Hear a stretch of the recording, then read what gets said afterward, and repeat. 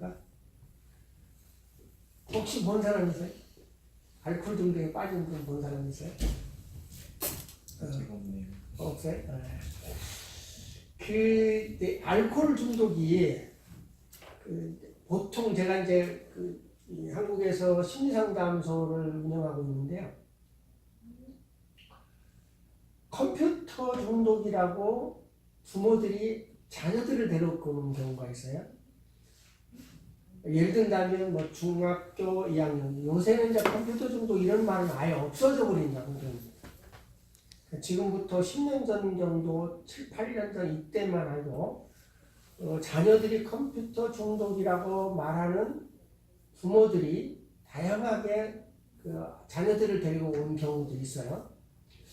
그때 부모들의 입장에서 우리 아이가 컴퓨터 중독 같다 라고 말했을 때 하루 종일 얘는 컴퓨터만 하고 있어요 이렇게 말해요 부모들이. 지금은 이제 컴퓨터 중독이라는 말 안 하고 스마트폰 중독이라고 이렇게 말들을 하죠. 그러니까 저도 스마트폰을 들고 있지만 이렇게 우리 청년들 보면 스마트폰을 걸어가면서도 보고 가는 분들이 계시더라고요. 그래서 어떤 청년들을 보면 하루 동안 자신이 스마트폰을 가지고 다니지 않으면 어떤 정신적으로나 행동적으로 이상행동을 보인다는 거예요. 왠지 불안하고. 예, 근데 7, 8년 전, 10년 전에 부모들이 자녀들을 데리고 와서 컴퓨터 중독이라고 우리 자녀를 말할 때 그 부모들의 입에서 우리 아이는 하루 종일 컴퓨터를 하고 있어요 이렇게 말해요. 그래서 구체적으로 그러면 아이가 학교도 안 다니면서 집에서 컴퓨터만 하고 있습니까? 라고 물어보면 그건 아니고 학교 갔다 와서 하루 종일 한다는 거예요. 그러면 학교 갔다 와서 하루 종일 한다는 데에는 학원도 안 가니까 물어보면 아니요 학원 갔다 와서 그냥 밤에 그냥 새벽까지 한다는 거예요. 그러니까 일단 부모의 생각 속에서는 이 아이가 컴퓨터를 오랫동안 한다고 하는 생각이 말로 하루 종일 컴퓨터를 한다고 말을 하는 거예요.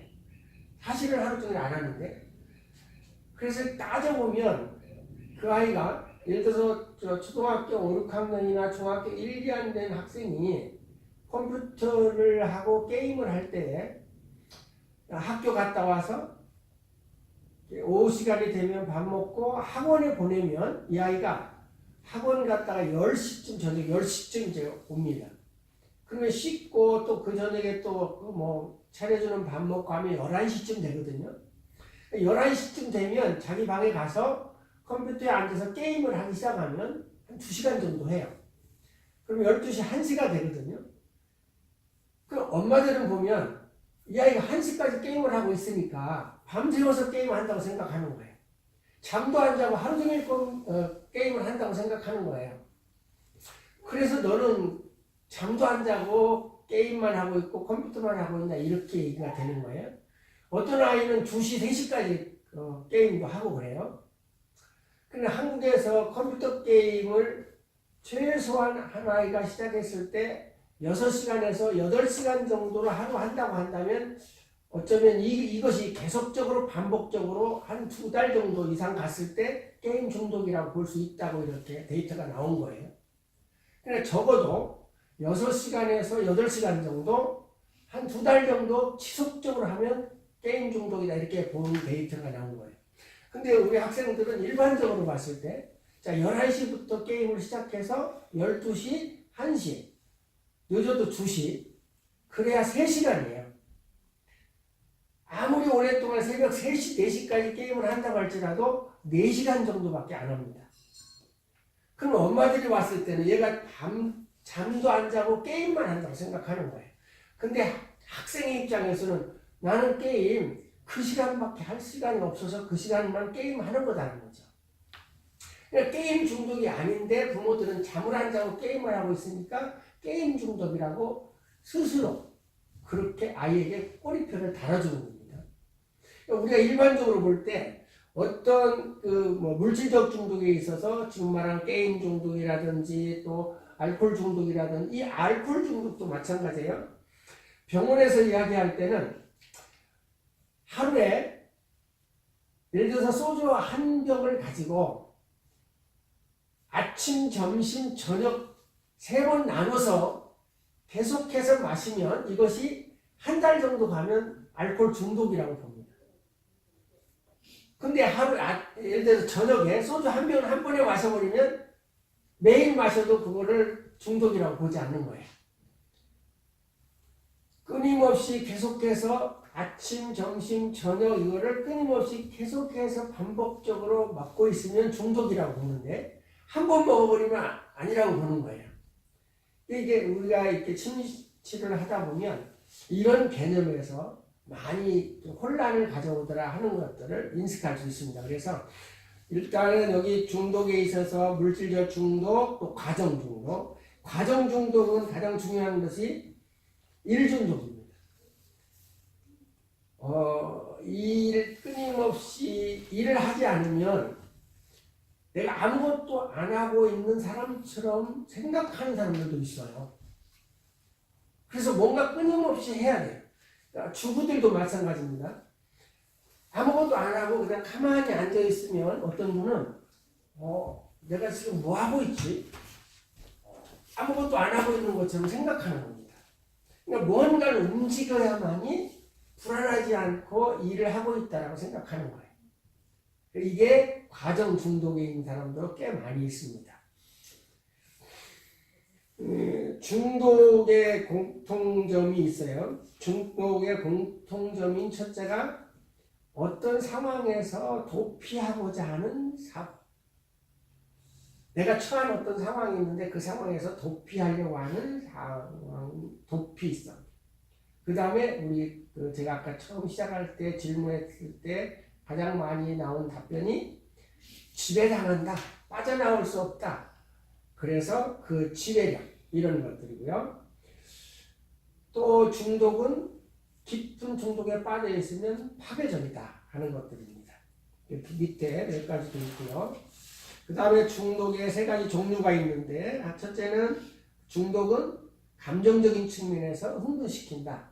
대단히 이성을 지배할 만한 감정을 이렇게 드러낸다 하는 거예요. 그 다음에 2번째로는 심리적 욕구도 만족시킨다 하는 거고요. 3번째로는 특별한 물질이나 감정에 대한 어떤 종류의 욕구가 채워진다는 겁니다. 그 다음에 5번째로 중독에 대한 욕구를 만드는 것이 무엇이 있는가 라고 했을 때 자기 생활에서 불만족한 사람들이 어떤 대상을 통해서 만족하고자 할 때 중독되기 쉽다.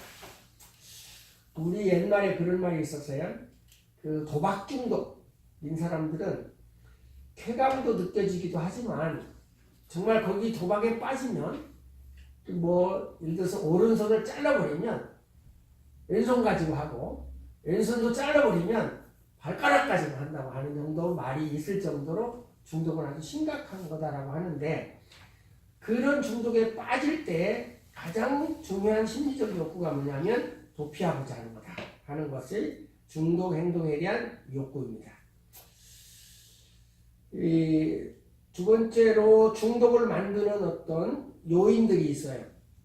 그 요인들이 쭉 7가지 정도 이렇게 발췌를 해놨는데요. 어떤 권태점인 것 또는 낮은 자존감, 불안함감, 무력감, 스트레스 이런 것들을 참을 수 없을 때 해결하고자 하는 중독이 생긴다 이런 것들이 있고요. 그 다음 이렇게 해서 이제 중독에 대해서는 간단하게 한번 살펴봤습니다. 여러분이 저는 한국에서 있다가 여기 왔는데 미국에 오늘 아침에도 제가 호텔에서 나와가지고 아침이라기보다는 저녁에 12시 한 50분쯤 일어나가지고 시차 때문에 일어나서 그 앞에 있는 마켓을 이렇게 갔더니 1시쯤 됐는데 알코올 중독이라고 봐야 될지 모르겠지만 술에 취한 흑인분이 그 앞에 쓰러져서 이렇게 계시는 걸 보면서 아마 노숙자 같이 보이더라고요. 그분도 그렇게 생활을 할 수밖에 없지 않는가 그런 생활이 이런 분들에게 알코올 중독을 만들어내지 않는가 이렇게 봅니다. 젊은 학생들이 여기 와서 공부하고 하는데 열심히 일하는데 혹시 어떤 이 자기의 힘든 것, 어려운 상황을 도피하기 위해서 이 중독 현상에 빠지지 않기를 한번 생각해보는 시간이 됐으면 합니다. 그 다음에 이제 두 번째로는 폭력에 대한 거 한번 생각해 보십시다. 폭력은 가장 우리 한국에서 이 이슈가 되고 있는 폭력 현상이 두 가지예요. 가족 폭력, 가정 폭력, 또 하나는 데이트 폭력입니다. 요즘 이 뉴스에 가끔 등장하는 것이 데이트 폭력입니다. 데이트하다가 그 대상을 때려서 심하게 뭐 그렇게 크게 문제같이 생각지 않는 사고들이 있다가 보니까 처벌도 많이 되지 않고 해서 많이 일어났는데 요즘은 그런 것들이 문제가 많이 대두되다 보니까 이제는 심각하게 여기고 데이트 폭력에 대해서도 처벌을 강화하고 하는 그런 일들이 지금 이제 한국에서 일어나고 있습니다. 그 데이트 폭력 할 때에 이 폭력을 행사하는 사람이 반드시 피해자한테, 대상한테 폭력을 행사하고 나서는 미안하다고 하고 다시는 안 그런다고 하고 이렇게 반복적 행동을 하는 겁니다. 그리고 폭력에 대해서 습관화가 되어지면 가정폭력도 마찬가지인데요. 폭력에 대해서 습관화가 되어지면 반드시 그렇게 하지 않겠다고 미안하다고 하고 그 다음에 또 하고 제가 이제 상담한 경우에 가정폭력을 당하는 아내가 있었는데 그 아내가 나중에는 그게 습관화가 돼가지고요. 자신도 모르게 어느 기간이 되면 맞지 않으면 불안하다는 거예요. 그것이 자신도 몰랐는데 어느 순간인가 그것이 왜 불안해지고 자꾸 행동이 이상해지고 이런 것들을 느껴가지고 내가 맞지 않으면 이렇게 심적으로 이런 현상이 일어나구나 하는 걸 알고 상담을 받아온 경우가 있었습니다. 얼마나 오랫동안 습관적으로 가정폭력을 당했으면 그것이 맞지 않으면 불안한 정도로 현상이 나타날 정도로 마치 앞에서 우리가 이제 중독 이야기할 때 제가 그 얘기는 못 드렸지만 제 친구 목사님이 강원도에 있는데 시골에 있다 보니까 이제 시간이 좀 이렇게 남을 때마다 밤에 낚시를 하러 다녀서 밤에 낚시를 하려고 하면 잠이 오니까 커피를 이렇게 막 대접으로 타놓고 마시고 낚시하고 오다가 이게 나중에는 커피를 안 마시면 안 되게 돼가지고 내가 너무 커피에 중독됐다라고 생각을 했다는 거예요.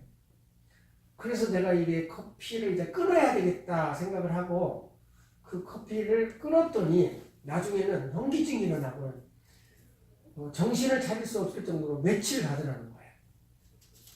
이게 이제 그런 현상을 보면서 내가 커피에 중독이 돼 있었구나 이런 생각을 하게 됐다는 거예요. 불안하고 가슴이 떨리고 막 이런 현상들이. 근데 지금 가정폭력을 당했던 그 아내분도 그것이 습관화되고 나니까 그런 현상이 안 일어나면 가슴이 떨리고 왠지 불안하고 뭔가 내가 왜 이러고 있지 이런 현상들이 생겨난다는 거죠. 그런 원인들을 이제 찾아볼 수 있었습니다. 그 다음에 이제 폭력에 있어서 정신분석 이론적으로 보면 성인 아이, 내 마음속에 아이가 자라지 못한 겉으로 볼 때는 성인인데 아직 어린아이가 내 심정에 있는 성인아이라고 하는 그런 심리가 있을 때 폭력이 행사된다. 이렇게 정신분석 이론에서 보고요. 그 다음에 사회학습적 이론에 있어서는 어릴 때부터 가정폭력을 당하거나 그것을 보고 학습되었다. 이렇게 보는 경향도 있고요. 인지행동 이론에서는 폭력을 가장 효과적인 의사소통으로 인지하기 때문에 폭력을 행사한다 이렇게 보고요. 그 여성주의 이론에서는 남성들이 가부장적이기 때문에 특별히 여성들에게 폭력을 행사한다 이렇게 보고요. 또 하나는 스트레스 상황이 있을 때 폭력도 행사하더라 이렇게 보기도 합니다. 네, 쭉 보시면 가정폭력에 관한 잘못된 폭력 현장 내시호 4페이지에 보시면 두 번째로 배우자를 학대하는 것은 자녀들에게 전혀 영향을 끼치지 않는다고 생각하는 잘못된 통념이 있다는 거죠. 그런데 절대 그렇지 않습니다. 집에서 혹시 여러분들 중에도 그런 생각을 하는지 모르지만 저도 이제 젊었을 때는 그러지 못했는데 이제 나이가 들고 이렇게 보니까 이번에 그 설을 명절에 우리 식구들이 모였을 때도 이제 아버지 앞에서 제가 그런 말을 했습니다. 아버지가 나한테 이렇게 하라고 말하지 않았음에도 불구하고 나도 모르게 아버지가 하는 행동들, 아버지가 앉아있는 모습, 아버지가 말하는 말, 소리 이런 것들을 닮아 있더라는 거예요. 너는 이렇게 나를 닮아라라고 구체적으로 말해주지 않았는데도 불구하고 내가 그렇게 행동하고 있던 것들을 우리 함께 이야기한 그 시간을 가졌었어요. 자녀들이 아버지가 폭력을 행사하고 있는데 자녀들하고는 전혀 관계없을 것이라고 생각하지만 전혀 그렇지 않다는 거예요. 그래서 많은 자녀들이 때로는 알코올 중독자인 아버지 밑에 있는 사람이 가정폭력을 행하는 아버지 밑에 있던 자녀들이 이런 이야기를 합니다. 나는 절대로 아버지같이 안 될 거야. 나는 우리 부모 안 닮을 거야. 이렇게 말하면 반드시 50대 50줄로 나눠져요. 어떤 사람은 정말 그렇지 않은 사람입니다. 아버지 같지 않은 사람, 알코올 중독자인 아버지 같지 않은 사람, 가정폭력을 행하지 않은 아버지 같지 않은 사람이 되기도 하지만 내가 그렇게 정말 안 할 거야 하는데도 불구하고 자신도 아버지처럼 알코올 중독자가 되기도 하고 자신이 또 가정폭력자가 되기도 하는 사람들도 있습니다. 자, 그러면 한번 생각해 보십시다. 나는 우리 아버지처럼 절대 안 될 거야 그랬는데 어떤 사람은 정말 그렇게 안 되는 사람이 있어요. 근데 어떤 사람은 안 될 거야 하는데도 불구하고 자신이 그렇게 닮아가 버린다는 거예요. 왜 그럴까요? 우리 가장 중간에 앉아서 대답을 제일 잘해주시는 네. 나는 정말 아버지처럼 안 될 거야 하는데도 불구하고 그렇게 되는 이유가 뭐라고 생각하세요? 커오면서 보고 자란 게 그런 모습이니까 그렇지 않을까요? 그렇죠? 그래 학습된 것이 있는데 그 보고 자라면서 학습된 것이 있는데 그럼에도 불구하고 나는 그렇게 안 할 거야라고 계속해서 반복해서 어떤 그 자신을 사고적인 측면에서 안 하겠다고 하고 있음에도 불구하고 그렇게 되거든요. 성격도 닮더라고요. 성격도 닮고요, 그렇죠? 네. 닮으라고 말 안 했는데도 불구하고.